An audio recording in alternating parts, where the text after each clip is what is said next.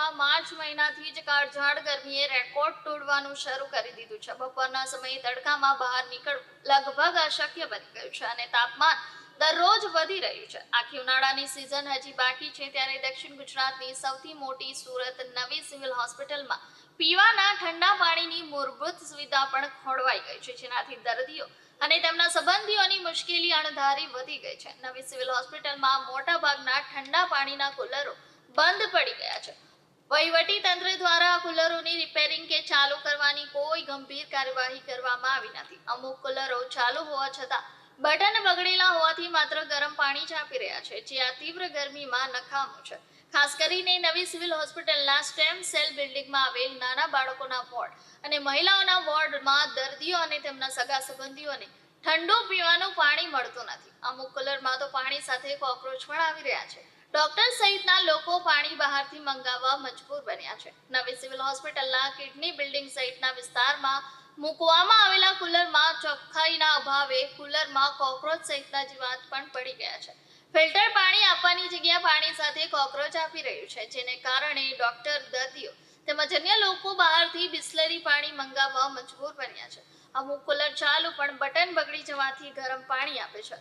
હોસ્પિટલમાં અનેક કુલર એવા પણ છે જેમાં કુલરના બટન બગડી ગયા છે, જેના કારણે કુલર ઠંડુ પાણી આપવાની જગ્યાએ ગરમ પાણી આપી રહ્યું છે। એવા જ કુલર પણ જ્યાં વીજ કરંટ પણ લાગી રહ્યા છે, જે ખરેખર ગંભીર બાબત બની છે।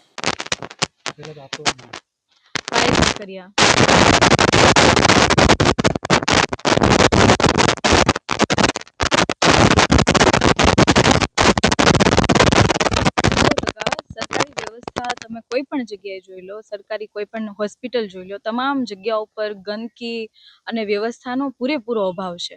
આજે સિવિલમાં ગંદકી પહેલી વખત સામે આવી એવું નથી, આના પહેલા પણ કેટલી બધી વખત આવી છે સામે, કે ઠેર ઠેર જગ્યાઓ પર ગુટકાની પિચકારી, માવાની પિચકારી તેમજ બધી જ વસ્તુઓ જે ફાવે એમ પડેલી હોય। અને અત્યારે ખૂબ ગંભીર બાબત એ કહી શકાય કે જે પીવાનું પાણી તો ચોખ્ખું આપવું જોઈએ। હવે સારામાં સારી આરોગ્યની સેવા તો નથી આપી શકતા, પણ આ ભાજપની સરકાર 30 વર્ષ પછી પણ આજે સિવિલની અંદર પીવાનું ચોખ્ખું પાણી પણ નથી આપી શકતા। કુલરની અંદર વંદાઓ ફરતા હોય, જો આ પાણી કોઈ નેતાઓને પાવામાં આવે તો ખબર પડે કે પાણી પીવે છે કે નહીં।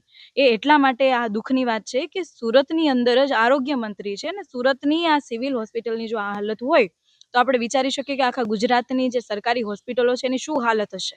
અને સૌથી મોટી વાત એ છે કે સુરતના જે આરોગ્ય મંત્રી, આમ તો ગુજરાતના આરોગ્ય મંત્રી છે, જે સુરતની અંદર છે, એ આરોગ્ય મંત્રીને પોતાને આ બધી જ વ્યવસ્થાની ખબર છે કે સરકારી આરોગ્યની વ્યવસ્થા આખી કથળી ગયેલી છે। એટલા માટે જ એ પોતે પણ સારવાર ગુજરાતની એક પણ હોસ્પિટલમાંથી નથી લેતા, એ બહારથી સારવાર લઈને ગુજરાત પાછા પરત ફરે છે। આનો મતલબ સાફ એવો થાય કે આરોગ્ય મંત્રીને પોતાને પણ પોતાની જ સરકારની અંદર પોતાના જ કહેવાય કાર્યક્ષેત્રની હોસ્પિટલો ઉપર ભરોસો નથી। અને આટલી બધી કથળી ગયેલી જો હાલત હોય, વંદાઓ જો કુલરની અંદર આટા મારતા હોય, તો આના માટે જે જવાબદાર સ્ટાફ બનતો હોય, જે જવાબદાર અધિકારી બનતા હોય, જે કોઈ જવાબદાર બનતું હોય, એના ઉપર કાર્યવાહી થવી જોઈએ। હું તો કહું છું કે એને સસ્પેન્ડ કરી દેવા જોઈએ, કે જેથી ભવિષ્યમાં બીજી કોઈ કહેવાય ને કે ભાઈ આટલી લાપરવાહી ના રાખે અને આના કારણે જે બીમારી ઘટવાને બદલે જે વધી રહી છે એના ઉપર થોડો કંટ્રોલ આવે। શું લાગે છે આ ચીજ ચાલે છે કેટલો યોગ્ય છે, ને પછી ક્યાંથી લોકો પાણી બી પીએ છે, હું જોઉં છું એમાં મારા ઘર વિડીયો છે, પાણી બી પીએ છે। જી 100% બિલકુલ યોગ્ય નથી। જો મચ્છર છે, વંદા છે, આ બધાથી રોગ ફેલાય છે। આપણે તો હંમેશા સ્વચ્છતાની વાત કરીએ છીએ, એમના તો સાહેબે સ્વચ્છતાની વાત કરે છે। શું સ્વચ્છતા છે કે જ્યારે તમે દર્દીઓને તમે વંદાઓવાળું પાણી પાવશો, આ સ્વચ્છતા છે? માણસ સિવિલની અંદર આવતો હોય એની કેટલી મજબૂરી હશે કે જ્યારે આવી કથળી ગયેલી પરિસ્થિતિ હોવા છતાં, હોસ્પિટલની છતાં પણ એમાં આરોગ્યની સુવિધા લેવા માટે આવે છે। અને આવે છે તો આરોગ્યની સુવિધા તો સારી મળવી ન મળવી દૂરની વાત છે, પણ સારું પાણી પણ નથી મળતું। આનાથી વિશેષ તો આ સરકારની નાકામયાબી તો કઈ કહી શકાય।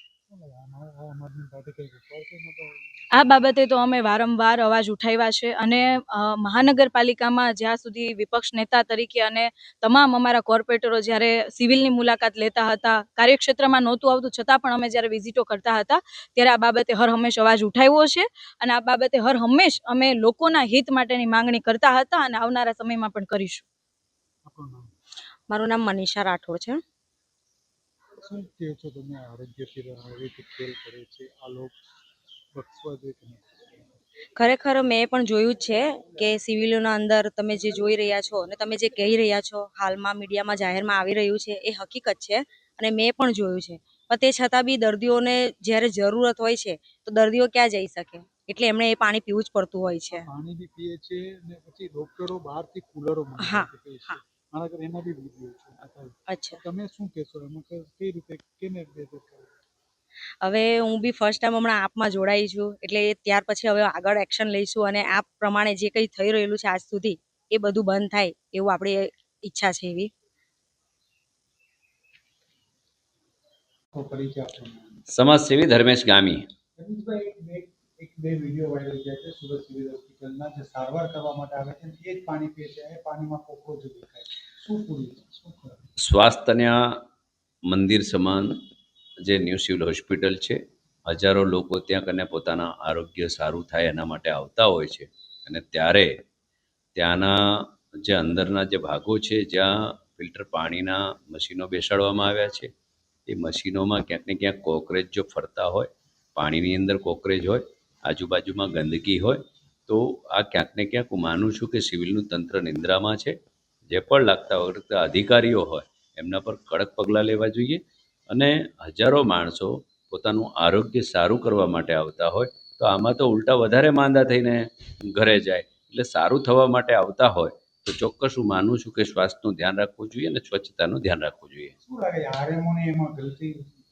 ને એમાં આરએમઓને કંઈ લેવા દેવા નથી. પીઆઈયુ વિભાગ હોય કે જે કંઈ સ્વચ્છતાને લાગતા અધિકારીઓ હોય, બધા આરએમઓનું કામ છે કે ડૉક્ટરોને સાચવવાનું. સ્વચ્છતાનું જેનું કામ હોય, સુપ્રિન્ટેન્ડન્ટ છે, એ બાબતે પણ ગંભીર રહેવું જોઈએ કે સુપ્રિન્ટેન્ડન્ટ અને આરએમઓ એ તમામનું બંનેનું કામ એવું છે કે આખા સિવિલનું વહીવટ સારી રીતે ચાલતું હોય. એટલે સ્વચ્છતા જેને સાફ કરવાનો અધિકાર જેને આપ્યો હોય એ સીધા આમાં ક્યાંક ને ક્યાંક જવાબદાર છે અને ચોક્કસ એમના પર પગલાં લેવા જોઈએ.